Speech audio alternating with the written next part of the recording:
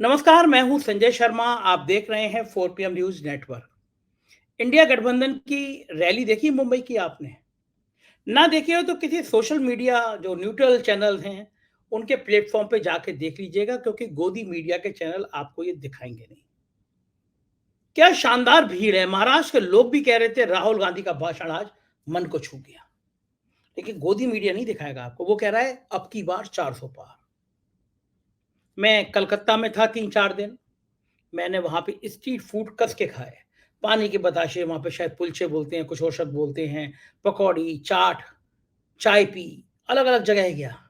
कारण ये कि ऐसे लोगों से संवाद करना है, उनके बीच में जाके बात करनी है, बता पाएँ कि वो हालात से खुश हैं या दुखी हैं। दिल्ली है, वहाँ दिल्ली में हूँ, मैं कोशिश करता हूँ किसी भी शहर में जाऊँ तो ऐसे लोगों से बातचीत करूँ। 11-12 राज्यों में चैनल शुरू हो गए हैं, हर एक के ब्यूरो चीफ हैं। मैंने उन सबसे कह रखा है अपने यहाँ की टीम जो तैयार करी है, उनसे आम आदमी से संवाद करिए। 2 बातें पूछिए। पहली बात पूछिए कि आपने पिछली बार वोट किसको दिया था? अगर वो आपसे भक्ति काल की बात कहें, कहें कि हमारे प्रधानमंत्री देवताओं के देवता हैं, तो एक बार पूछ लीजिएगा, आपने पिछली बार वोट किसको दिया था? अगर वो कहते हैं भारतीय जनता पार्टी को, तो आप उनके हाथ जोड़ के प्रणाम करिएगा, कहिए आप बहुत अच्छे इंसान हैं, फिर बीजेपी को वोट ही दीजिएगा। कारण कि 20-25% जो बीजेपी का कमिटेड वोट है, वो मुझे खड़ा कर दें, आपको खड़ा कर दें, वो वोट वहाँ जाएगा। लेकिन मैं देखना चाहता हूँ कि ऐसे कौन से लोग हैं, जिन्होंने पिछली बार कांग्रेस को, समाजवादी पार्टी को, बहुजन पार्टी को, टीएमसी को, किसी और विपक्ष को वोट दिया और इस बार वो विपक्ष की जगह भाजपा को वोट देने जा रहे हैं। अब की बार 400 पार। तमाम गोदी मीडिया के चैनल इस पर बहस करा रहे हैं। मैं जानना चाहता हूं कि देश में ऐसा क्या हो गया तो साहब अब की बार 400 पार चले जा रहे हैं। क्या कोई घटना घट गई? क्या देश का माहौल पुलवामा सर्जिकल स्ट्राइक से ज्यादा उन्मादी हो गया है? क्या देशभक्ति की लहरें उससे ज्यादा पैदा हो गई हैं? क्या हिंदू मुसलमान की नफरत उससे ज्यादा हो गई है? दरअसल देश में अब इस समय कोई मुद्दा नहीं है। आज मैंने अखबार उठा के देखा, उस अखबार में लिखा था, बड़ा बड़ा लिखा था, भारतीय जनता पार्टी मैदान में, विपक्ष के पास कोई मुद्दा नहीं। विपक्ष के पास तो हजूर मुद्दा ही मुद्दा है। हकीकत यह है कि भारतीय जनता पार्टी के पास मुद्दा नहीं है। लेकिन ये अखबार और ये टीवी चैनल आपको हेडलाइन बता रहे हैं, विपक्ष के पास मुद्दा नहीं, भाजपा के पास मुद्दों की भरमार। कौन से मुद्दे हैं भाजपा के पास? एक ही मुद्दा है, ये मोदी की गारंटी है। अब आप एक सिरे से इसका विश्लेषण करना सुनिए, विश्लेषण करना सीखिए आप इसका।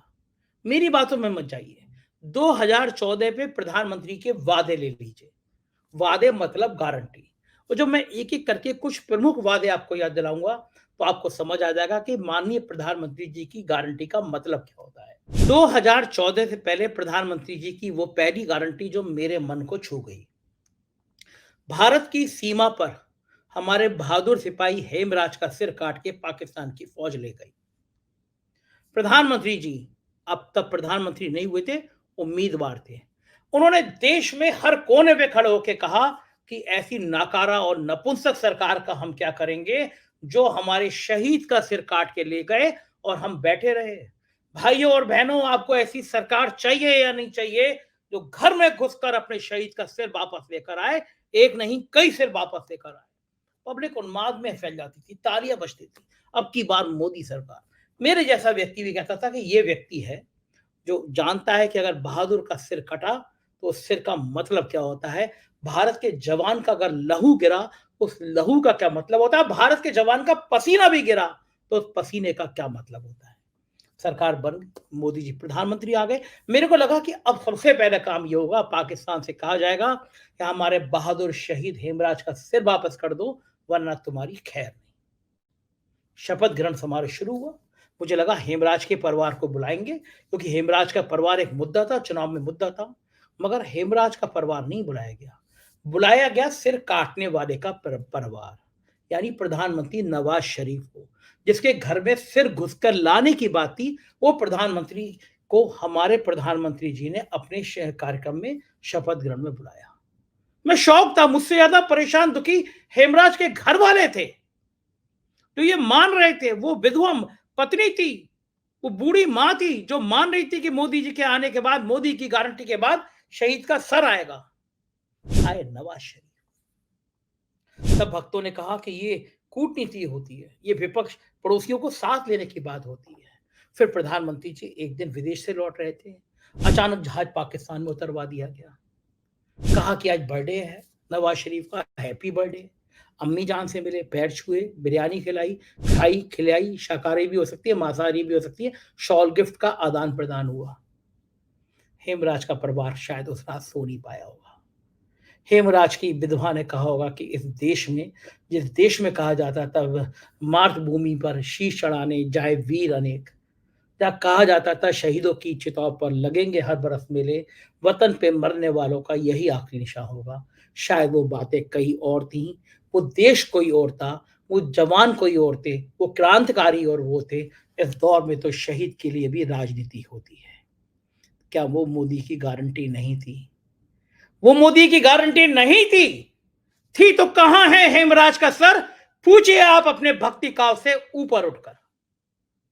फिर एक और बौछार आई। हर व्यक्ति के खाते में 15 लाख रुपए होंगे। देश पागल हो गया, गरीब पागल हो गया। उसको लगा खाते में 15 लाख, जिंदगी बन गई।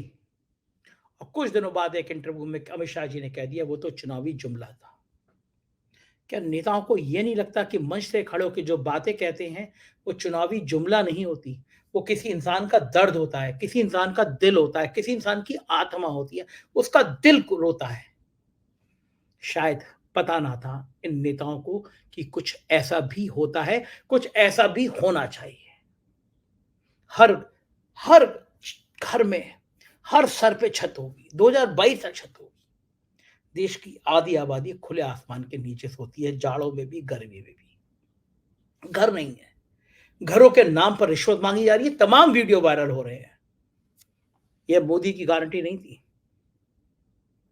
हर साल 2 करोड़ के रोजगार दूंगा, गारंटी है मोदी की। फिर बेरोजगारों से कह दिएगा पकौड़े तलो, ये भी रोजगार है।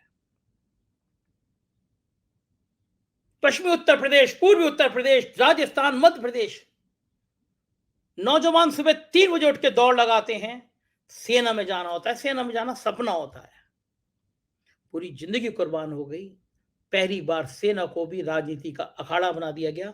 अग्निवीर नाम की योजना ला दी गई। मर गए तो पेंशन भी नहीं मिलेगी और कोई अवार्ड भी नहीं मिलेगा।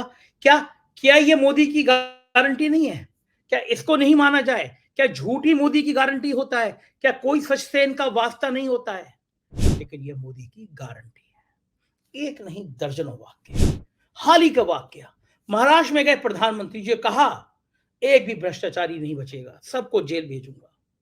ये मोदी की गारंटी है। ये 70,000 80,000 करोड़ का घोटाला करने वाले बचेंगे नहीं, मोदी की गारंटी है। और गारंटी का परिणाम यह हुआ कि 48 घंटे के अंदर वो भ्रष्टाचारी डिप्टी सीएम, उप मुख्यमंत्री बन गया महाराष्ट्र का, भारतीय जनता पार्टी के साथ। जितने भ्रष्टाचारी थे, जितने कांग्रेस में भ्रष्टाचारी होने का आरोप लगाती थी भारतीय जनता पार्टी, वो इस सरकार में, भाजपा की सरकार में आके मंत्री और मुख्यमंत्री तक बन गए। क्या ये मोदी की गारंटी है? और फिर एक गारंटी पर देश भरोसा कर ले, फिर इस गारंटी पे बात कर ले, और फिर देश का माहौल क्या है? मैं गांव में जाता हूं, मैं उस तरह का पत्रकार नहीं हूं जो स्टूडियो में बैठ के बात करे। मैं गांव, खेत खलियान की बात करता हूं, जाता हूं, उनसे बात करता हूं। कहते हैं साहब सिलेंडर तो मिला, भरवाने के पैसे नहीं है। साहब 5 किलो अनाज तो दिया, उससे दुगना पिछली तरह से वापस ले लिया। सब्जी महंगी, तेल महंगे, तेल डीजल महंगा, पेट्रोल महंगा, गैस का सिलेंडर महंगा, सिलेंडर नहीं भरवा पाए सालों साल। देश के 5% पूंजीपतियों की पूंजी बढ़ती जा रही है, गरीब और गरीब होता जा रहा है। क्या यह है मोदी की गारंटी? कौन सी गारंटी? किस गारंटी पे हम बात करेंगे? किस बात पर भरोसा करेंगे? क्या नेताओं के मंच की बातों को हम ये मान लें कि नेता झूठ बोलते हैं? क्या हम ये मान लें कि नेताओं को झूठ बोलने के अलावा काम नहीं है? तो फिर प्रधानमंत्री जी आपकी कौन सी गारंटी की बात करें? आप कुछ गारंटी की हकीकत तो बताइए। आपने कहा विदेश से काला धन लाऊंगा, एक लंबी सूची है जो विदेश में पैसा लेके भाग गए। कहां है विजय माल्या? कहां है चौकसी? कहां है मोदी? सब गायब है। और हम आपकी गारंटी पे भरोसा करें? मैंने एक नहीं कई केस देखे 10,000 20,000 रुपए किसान पे कर्जा हुआ और किसान फांसी पर झूल गया, पैसे नहीं थे, बैंक वाले धमका रहे थे। और मोदी जी, लाइन गिनाऊं, एक सुप्रीम कोर्ट में रिट की गई कि हमें उन लोगों के नाम बता दीजिए जो देश में 500 करोड़ रुपए से ज्यादा रुपए ले चुके हैं, बैंक से दे नहीं रहे हैं। लेकिन कह दिया गया ऐसे लोगों के नाम बताएंगे तो उनकी साख खराब होगी। ऐसे चोर, ऐसे डकैत, ऐसे लुटेरे जो देश का 500 करोड़ रुपए लेकर वापस नहीं कर रहे हैं, 500 करोड़ से ज्यादा का रुपए लेकर वापस नहीं कर रहे हैं, उनकी साख की सरकार को चिंता है। गरीब अगर 20,000 रुपए नहीं दे पा रहा तो उसको इतनी गाली दी जाती है, वो रस्सी पर लटक जाता है। ये है मोदी की गारंटी। कौन से झूठ का आफड़, ये गोदी मीडिया जो दिन भर झूठ दिखाएगा, इसको हम मोदी की गारंटी मिल लें, इसको गारंटी मान लें। क्यों लाए गए थे इलेक्टोरल बॉन्ड? क्या मतलब था लॉटरी किंग? इसकी आमदनी से ज्यादा पैसा उसने आपको दान कर दिया, भारतीय जनता पार्टी को दान कर दिया। क्यों नाम ऐसे आ गए सामने जिनके ईडी के छापे पड़े और उसने आपको करोड़ों दान किया, वो नीट क्लीन चिट दे दी गई, इसको नीट हो गया, साफ हो गया, भारतीय जनता पार्टी की वॉशिंग मशीन में आ गया। क्या ये देश इसी बात को स्वीकार करेगा प्रधानमंत्री जी? क्या इसी बात को सहन करेगा प्रधानमंत्री जी? चुनाव के दौरान इन्हीं बातों को सहन करेगा प्रधानमंत्री जी? ये देश अब इससे ऊपर हो चुका है और हकीकत में ये देश इससे ऊपर समझना चाहता है, हकीकत में ये देश ऊपर महसूस करना चाहता है। और हकीकत तो ये है 400 पार की गारंटी ही जुमला है। मैंने बंगाल में, बिहार में, महाराष्ट्र में, कर्नाटक में दर्जनों सैकड़ों लोगों से बात करी, पत्रकारों से बात करी, बुद्धिजीवियों से बात करी, समाज सेवियों से बात करी। डिब्बा गोल हो रहा है। 60 से 70 सीटों का नुकसान तो मैं इन 4-5 राज्यों से बता रहा हूं जो साफ साफ होता नजर आ रहा है। पिछली बार पुलवामा था, सर्जिकल स्ट्राइक थी, उन्माद था, तब भी 30-32 सीटें ज्यादा थी। इसलिए इस बार 400 पार इसलिए कहा जा रहा है, आपका भ्रम ना टूट जाए, आप इस मुगालते में आ जाए, नौकरशाह डर जाएं, चुनाव आयुक्त जैसे डरे हुए हैं, गांधी जी के 3 बंदरों की तरह हैं, उन्हें कुछ दिखाई नहीं पड़ता, उन्हें कुछ सुनाई नहीं पड़ता, वो कुछ बोल नहीं पाते, ऐसी आप डर जाए, ऐसी देश की बाकी नौकरशाही डर जाए। चंद्रचूड़ इस देश में एक इतिहास में के पन्नों में लिखा जाने वाले, सोने से लिखा जाने वाला नाम बन गए। उन्होंने चोरों की पूरी जमात को देश के सामने रख दिया है, बता दिया है कि देश में चोर कैसे होते हैं, डकैत कैसे होते हैं, भ्रष्टाचारियों से पैसे लेकर उन्हें क्लीन चिट कैसे दी जाती है। और मोदी जी, क्या ये बातें आम आदमी तक नहीं पहुंचेगी? वो देश जो नौजवानों का देश है, वो देश जहां सबसे ज्यादा नौजवान हैं, वो नहीं पूछेंगे कि जिसके यहाँ ईडी के छापे पड़ रहे थे, वो उन छापों के बाद जब उसने इलेक्टोरल बॉन्ड खरीदे, उसके बाद वो साफ कैसे हो गया, वो आपकी वॉशिंग मशीन में कैसे आ गया, एक लॉटरी किंग का परिवार आपकी बीजेपी में शामिल कैसे हो गया? क्या मूर्ख है नौजवान पीढ़ी? क्या बेवकूफ है नौजवान पीढ़ी? क्या नौजवान पीढ़ी जानती नहीं है, समझना नहीं चाहती? बहुत हकीकत कहीं जुदा है मोदी जी। गंगा में पानी बहुत बह चुका है मोदी जी। दिन भर आपके टीवी चैनलों पर चलने वाले विज्ञापन हकीकत नहीं बदल सकते। 400 पार का नारा इसलिए दिया जा रहा है, कहीं लोग ये ना समझें कि आप 200 पार भी नहीं हो पा रहे हैं। लोगों में कंफ्यूजन है। जब गणना सामने आती है तो ये बात सामने आती है, बड़ा घमंड है कि उत्तर प्रदेश में हम सीटें ज्यादा लाएंगे। घोसी में भी यही कहा गया था। पहला उपचुनाव था इंडिया गठबंधन का, समाजवादी पार्टी ने ठाकुर प्रत्याशी दे दिया था, भारतीय जनता पार्टी ने पिछड़ी जाति का प्रत्याशी दिया। दोनों डिप्टी सीएम से कहा गया 15 दिन यहीं कैंप करोगे। भारतीय जनता पार्टी के 2-3 दर्जन मिनिस्टर लगातार कैंप करते रहे। संघ के 3,000 से ज्यादा कार्यकर्ता जुटाए गए, 100 से ज्यादा विधायक लगे और लोग कहते हैं 20 करोड़ से ज्यादा खर्चा किया गया। मुसलमानों को लाठी मार मार के घर से निकलने नहीं दिया गया। वोट परसेंटेज कम हुआ, तब भी समाजवादी पार्टी का ठाकुर प्रत्याशी 42,000 वोटों से ज्यादा जीत गया, जबकि ठाकुर मुख्यमंत्री योगी आदित्यनाथ ने वहां जाकर रैली करी। और अब तो ठाकुर बहुत नाराज हैं। उनके समूह में लिखा जा रहा है, योगी को बचाना है तो मोदी को हराना है। योगी आदित्यनाथ को पिछले 2-3 सालों से, 4 सालों से जिस तरह से ह्यूमिलेट किया गया, उनको मनचाहे काम नहीं करने दिए गए, मनचाहे अफसर नहीं तैनात करने दिए गए, उससे योगी आदित्यनाथ भी कोई बड़ा गुल खिला सकते हैं। तो राजनीति है, चाले सिर्फ गुजरात के लोगों को चलना नहीं आता है, गुजरात के लोगों की चली चालें देश देख चुका है। अब देश के बाकी लोगों को चाल चलने का नंबर आने का वक़्त हो गया है और ये बाकी लोगों ने चाल चली, तो साहब आप तो परेशानी में आ जाएँगे और फिर हम पूछेंगे 400 पार का नारा क्या जुमला था? मैं बताता रहूँगा राजनीति के किस्से, आप सुनते रहिए। 4 पीएम न्यूज़ नेटवर्क को जॉइन कीजिएगा, सब्सक्राइब करिएगा। ये आपका अपना चैनल है, जो गोदी मीडिया ना था, ना है, ना कभी होगा। सहयोग करिएगा, सब्सक्राइब करिएगा। Thank you.